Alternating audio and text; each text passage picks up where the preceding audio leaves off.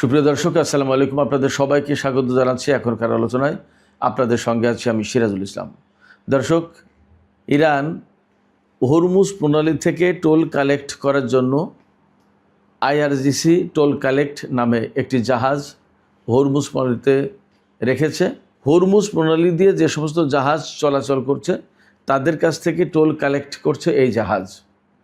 America যখন ইরানকে বলছে হরমুজ প্রণালী সম্পূর্ণ উন্মুক্ত করে দিতে হবে এবং কোনো টোল কালেকশন করা যাবে না, তখন আইআরজিসি এই ব্যবস্থা নিল। এরপর সে চমৎকার খবর হচ্ছে যে কাতার কিন্তু ইরানের এই টোল কালেকশনের প্রতি প্রাথমিক সমর্থন জানিয়েছে। এপাশে আইআরজিসির একজন শীর্ষ পর্যায়ের কর্মকর্তা, তিনি হচ্ছেন ব্রিগেডিয়ার জেনারেল ইয়াদুল্লাহ জাওয়ানি। এই ভদ্রলোক বলেছেন একদম সুস্পষ্ট করে, ডোনাল্ড ট্রাম্প যখন ইরানের উপরে প্রচণ্ড রকমের চাপ সৃষ্টি করছে, চুক্তির ভাষা আরও শক্ত করছে, তখন তিনি বলেছেন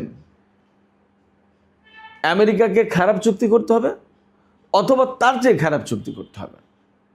তার মানে হচ্ছে ইরান আমেরিকার শর্তে চুক্তি করবে না, আমেরিকাকে ইরানের শর্তেই চুক্তি করতে হবে। সুপ্রিয় দর্শক, এই বিষয়গুলো নিয়েই এখন আলোচনা করব। আশা করি আপনারা সঙ্গেই থাকবেন। একদম সহজ করে যদি বলি, হরমুজ প্রণালীর ম্যাপ আপনাদের নিশ্চয়ই এতদিন মুখস্থ হয়ে গেছে। পারস্য উপসাগর থেকে তেল, গ্যাস বা অন্যান্য উপায় উপকরণ নিয়ে, পণ্য নিয়ে যে সমস্ত জাহাজ বের হবে, সেই সমস্ত জাহাজকে হরমুজ প্রণালী পাড়ি দিয়ে পার হয়ে আপনার ওমান সাগর, আরব সাগর, এগুলো পার হয়ে ভারত মহাসাগর দিয়ে যার যার গন্তব্যে যেতে হবে। হরমুজ প্রণালী ব্যবহার করে কোন কোন দেশ, আমি আজকে আপনাদের সবাইকে আরেকটু স্মরণ করে দিই, খেয়াল করে দিই। ইরান, ইরাক, কুয়েত, সৌদি আরব, কাতার, বাহরাইন, সংযুক্ত আরব আমিরাত এবং কখনো কখনো ওমান। ওমান অল্পই ব্যবহার করে। ওমানের মূল কাজটা মূলত ওমান উপসাগর, ভারত মহাসাগর এই এরিয়াতেই চলে। তো এতগুলো দেশ এই হরমুজ প্রণালী ব্যবহার করে পণ্য পাঠায় বিভিন্ন দেশে। এখানে হরমুজ প্রণালী কন্ট্রোল যেহেতু করছে বা করবে ইরান এবং ওমান, তাহলে টোল দিতে হবে। এই দুই দেশ তো তাদের নিজেদের জায়গা, হরমুজ প্রণালী, এরা তো আর টোল দেবে না। বাদ বাকি টোল দিতে হবে ইরাক, কুয়েত, সৌদি আরব, বাহরাইন, কাতার, সংযুক্ত আরব আমিরাত, 6টা দেশকে। যাওয়ার পথেও টোল দিতে হবে, আসার পথেও টোল দিতে হয়তো বা। তো তাহলে বিপুল অঙ্কের টোল উঠবে। আমরা শুনেছি প্রাথমিকভাবেই যে প্রতিটা জাহাজ থেকে ব্যারেল প্রতি যদি $1 করেও টোল নেওয়া হয়, তাহলে যে জাহাজে 20 লাখ ব্যারেল তেল আসছে, সেই জাহাজ থেকে $20 লাখ টোল আয় হয়ে গেল, ইনকাম হয়ে গেল। এইরকমভাবে প্রতিদিন যদি 50টা জাহাজ যায়, তাহলে প্রতিদিন $10 কোটি ইনকাম হয়ে গেল। এর যদি একদম সিম্পলি 50-50 ভাগ করে নেয় ইরান এবং ওমান, তাহলে একদিন $5 কোটি এক এক দেশের ইনকাম। তো এই নগদ সুবিধা এতদিন ছেড়ে দিয়েছে ইরান, এখন আর দিতে চাইছে না। এবং এখানে আমি আপনাদেরকে আরেকটু নিশ্চিত করি যে ইরান এবং ওমান এখন যে টোল আদায় করার চেষ্টা করছে, এটা শুধুমাত্র টাকার দিক তাকিয়ে না, নগদ ডলারের দিক তাকিয়ে ব্যাপারটা তা কিন্তু না। এটা তো একটা অংশ বটেই। ইরান তো বলছে যে আমেরিকা এবং ইসরায়েল কেন তার উপর যুদ্ধ চাপিয়ে দিল, এর যে ক্ষয়ক্ষতি হয়েছে তারা কি দেবে?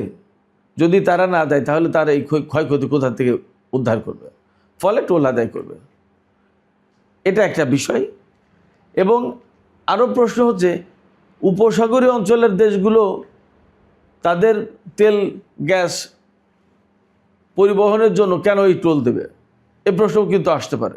এর জবাবে বলা যাবে যে এই উপসাগরীয় দেশগুলোর ভূমি, মাটি, ঘাঁটি, বন্দর, আকাশপথ ব্যবহার করে যেহেতু ইরানে হামলা চালিয়েছে, তার মানে এই সমস্ত দেশ পরোক্ষভাবে ইরানের হামলার ব্যাপারে আমেরিকাকে, ইসরায়েলকে সহযোগিতা করেছে। আর যেহেতু এরা সহযোগিতা করেছে, অতএব এদেরকেও ক্ষতিপূরণের অংশীদার হতে হবে। তো এটা তো গেল টাকার প্রশ্ন, টাকার এই টোল আদায়ের পক্ষে যুক্তি। কিন্তু সবচেয়ে বড় যে লক্ষ্য অর্জন করতে চায় ইরান এই হরমুজ প্রণালীতে জাহাজ চলাচলে কন্ট্রোল আরোপ করে, সেটা হচ্ছে জাহাজ চলাচলের নামে যেন আমেরিকা এবং ইসরায়েল এই অঞ্চলে অবাধে চলাচল করতে না পারে, অস্ত্র ব্যবসা যাতে এই অঞ্চলে চালাতে না পারে, যাতে এই অঞ্চলের কোনো ঘাঁটিতে আমেরিকা নতুন করে জাহাজে করে অন্তত অস্ত্র না আনতে পারে, আর ইরানের বিরুদ্ধে নতুন করে সামরিক ঘাঁটিগুলোকে প্রস্তুত করতে না পারে অস্ত্র সজ্জিত করে। এই কারণে ইরান এই হরমুজ প্রণালীতে টোল আদায় করতে চায়, প্লাস কন্ট্রোল করতে চায়। আমেরিকা এখানে কোনো মতেই রাজি না। আমরা 2-3 দিন আগে যে চুক্তির কথা শুনেছিলাম যে দুই পক্ষ সমঝোতায় পৌঁছেছে, এখন ডোনাল্ড ট্রাম্প সিগনেচার করলেই ফাইনাল হবে। ওই ফাইনালটা করতে পারেনি ইসরায়েলের চাপে। আমি আগেও বলেছি, এখনও বলছি, ইসরায়েলের চাপে এবং আমেরিকার ভেতরে যে সমস্ত যুদ্ধবাজ লোকজন আছে তাদের চাপে। ডোনাল্ড ট্রাম্প নিজেও চাইছে না এই চুক্তিতে সই করতে, কিন্তু তার সামনে চুক্তি করা ছাড়া কোনো উপায় নেই। কিন্তু যখন ইসরায়েল চরমভাবে তার উপরে চোখ রাঙানি দিচ্ছে, এই চোখ রাঙানি খেয়ে ডোনাল্ড ট্রাম্প কিন্তু আবার শক্ত হয়ে দাঁড়াচ্ছে এবং বলছে যে না না না, এইগুলো না করলে আমি ইরানের সাথে চুক্তি করব না। এইগুলো না করলে যে চুক্তি করবো না, সেইগুলোর ভিতরে 3টা জিনিস থাকছে। একটা হচ্ছে পরমাণু স্থাপনা একদম বন্ধ করতে হবে, সমৃদ্ধ ইউরেনিয়াম আমেরিকার হাতে তুলে দিতে হবে, আর হরমুজ প্রণালী পুরোপুরি খুলে দিতে হবে, কোনো টোল আদায় করা যাবে না। আর ইরানের পক্ষ থেকে পরিষ্কার বক্তব্য হচ্ছে যে কোনো মতেই ইরান এই শর্তের একটাও মানবে না। এই জন্য আজকে ইরানের IRGCর শীর্ষ পর্যায়ের commander brigadier general Yadullah Jawaani তিনি বলেছেন ডোনাল্ড ট্রাম্পকে উদ্দেশ্য করে, ডোনাল্ড ট্রাম্পকে এখন 2টো পথ বেছে নিতে হবে। তার সামনে 2টো পথ খোলা আছে। একটা পথ হচ্ছে হয় খারাপ চুক্তি করা, আর না হয় তার চেয়ে আরও খারাপ চুক্তি করা। মানে এটা এক ধরনের ডোনাল্ড ট্রাম্পকে খানিকটা হালকা করে ফেলা, কথা দিয়ে যে আপনি যে বলছেন যে আমি খারাপ চুক্তি করব না, কিন্তু আপনাকে খারাপ চুক্তিই করতে হবে, আর তা যদি না করতে চান তার চেয়ে আরও বেশি খারাপ চুক্তি করতে হবে। মানে কীরকম? ধরুন একজন ভিক্ষুক, কথার কথা, আমি জাস্ট উদাহরণ দিচ্ছি, আমি ছোট করার জন্য কাউকে কিছু বলছি না। একজন ভিক্ষুককে আপনি 20 টাকা ভিক্ষা দিলেন। আজকাল অনেক ভিক্ষুক আছে না যে 5 টাকা 2 টাকা দিলে নিতে চায় না, তো 20 টাকা ভিক্ষা দিলে সে আপত্তি করলো। কথার কথা, আমি জাস্ট একটা এক্সাম্পল দিচ্ছি। আপনি সেখান থেকে বললেন আচ্ছা ঠিক আছে 20 টাকা আপত্তি, নাও 15 টাকা, অর্থাৎ 5 টাকা কমিয়ে দিলেন। কথার কথা, ডোনাল্ড ট্রাম্পের ব্যাপারটা ঠিক এই রকম হচ্ছে। ইরান বলছে যে খারাপ চুক্তি করবে না, তো এর চেয়ে খারাপ চুক্তি করতে হবে। অর্থাৎ এখন যে সমস্ত টুকটাক ছাড় দিতে চেয়েছিল হয়তো তাও দেবে না।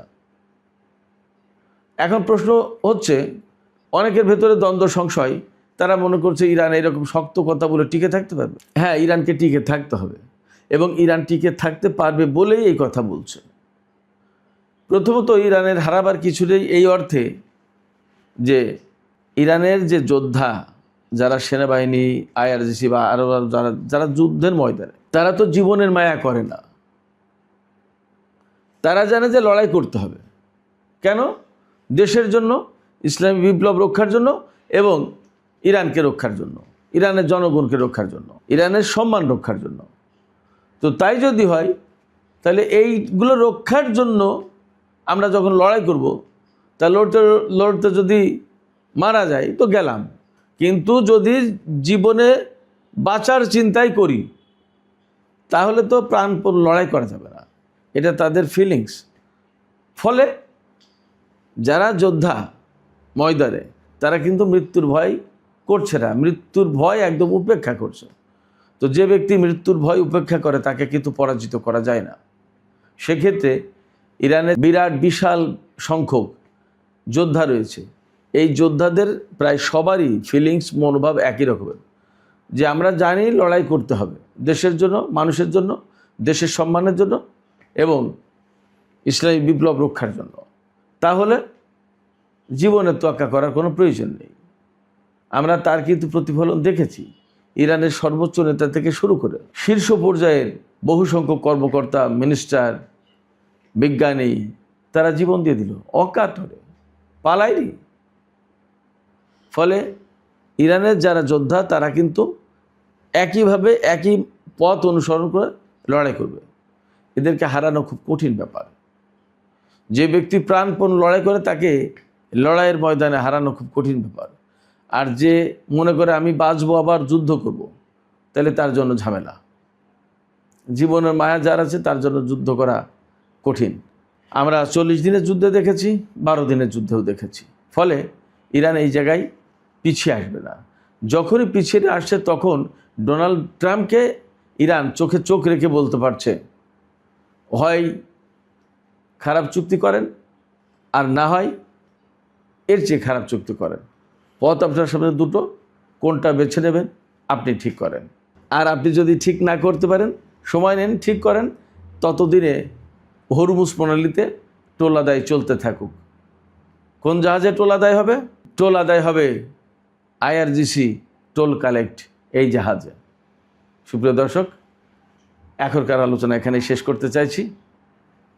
আপনারা যারা সঙ্গ দিলেন এতক্ষণ তাদের সবাইকে অনেক অনেক ধন্যবাদ। তবে যাবার আগে আপনাদের কাছে জানতে চাই যে ইরান যে বলছে খারাপ চুক্তি করো, না হয় এর চেয়ে খারাপ চুক্তি করার জন্য প্রস্তুতি নাও, আপনাদের দৃষ্টি থেকে মনে হয় যে ইরান আসলে এই ঘোষণা বাস্তবায়ন করার মতো ক্ষমতা রাখে? আপনাদের মতামত কমেন্টে জানাতে পারেন। আর ভিডিও ভালো লাগলে লাইক, কমেন্ট, শেয়ার করবেন এবং চ্যানেলটি সাবস্ক্রাইব করে সাথেই থাকবেন। দর্শক, আপনারা সবাই অনেক অনেক ভালো থাকুন। আল্লাহ হাফেজ।